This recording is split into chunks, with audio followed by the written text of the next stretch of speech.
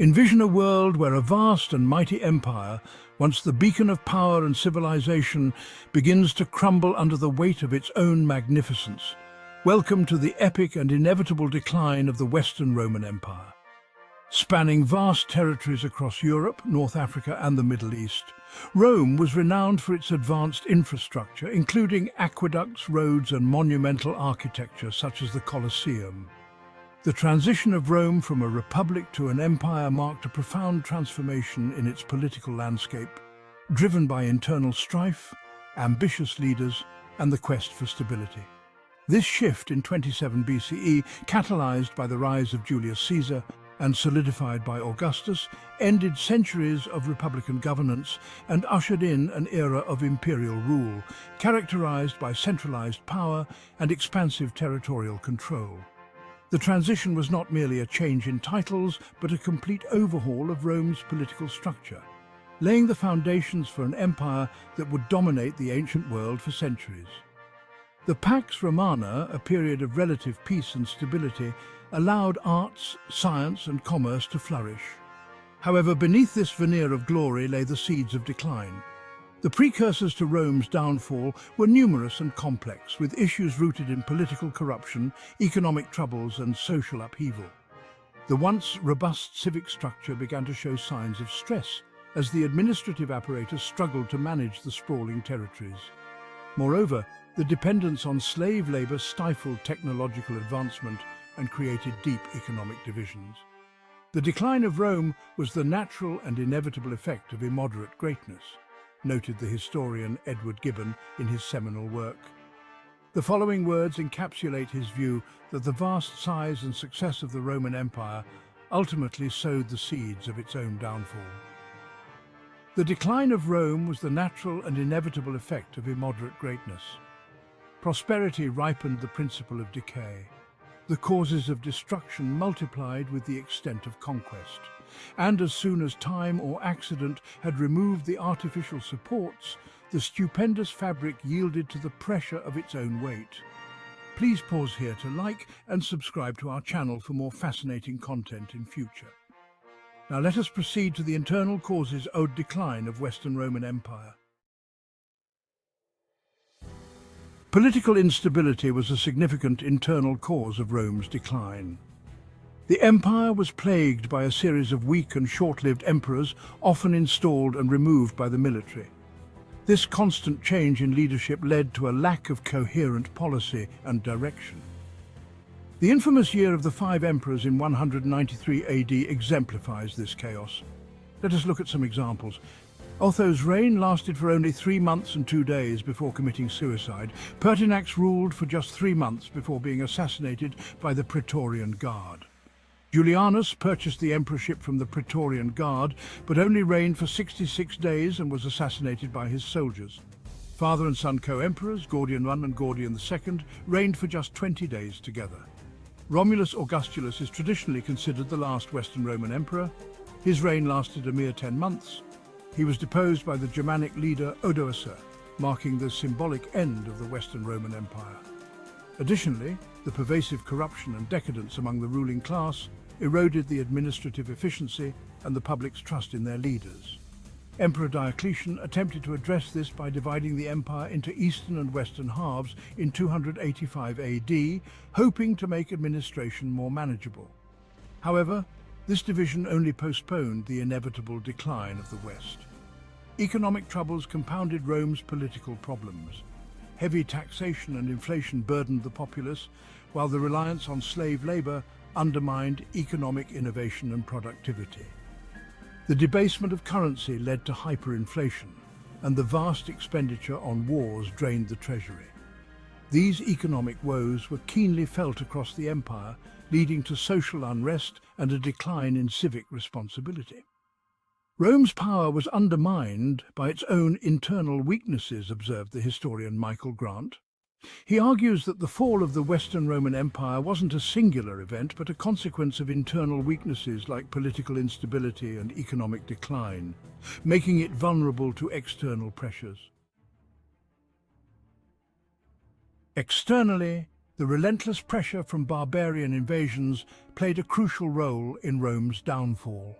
The migration and invasion of various tribes such as the Visigoths, Ostrogoths, Vandals, Huns and Franks stretched Rome's military resources to the breaking point.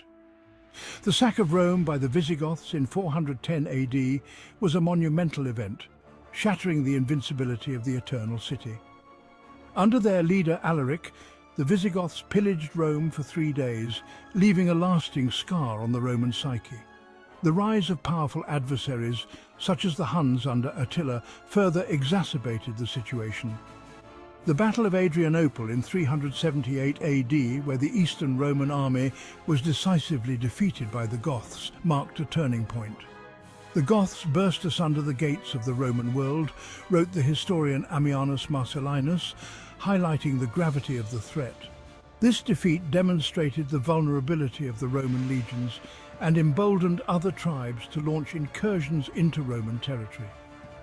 These migrations, along with internal decay, significantly contributed to the destabilization and eventual fall of the Western Roman Empire.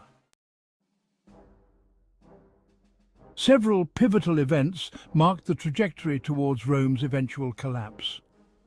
Politically, the division of the empire by Diocletian into eastern and western halves created a disparity in resources and stability. While the Eastern Roman Empire, or Byzantine Empire, managed to thrive, the western half struggled with continuous invasions and internal strife. Religiously, the adoption of Christianity as the state religion by Emperor Constantine in the early 4th century brought significant changes. Although it helped unify a diverse populace, it also diverted resources and attention from traditional Roman values and military duties. The persecution of pagan practices and the internal conflict between Christian sects further destabilized the social fabric. Militarily, the reliance on mercenary forces from the very tribes that were invading Roman territories proved to be a double-edged sword. While these mercenaries filled the ranks of the Roman army, they were often disloyal and had little vested interest in the survival of the empire. The final blow came in 476 AD, when the Germanic chieftain Odoacer deposed the last Roman emperor, Romulus Augustulus, marking the official end of the Western Roman Empire.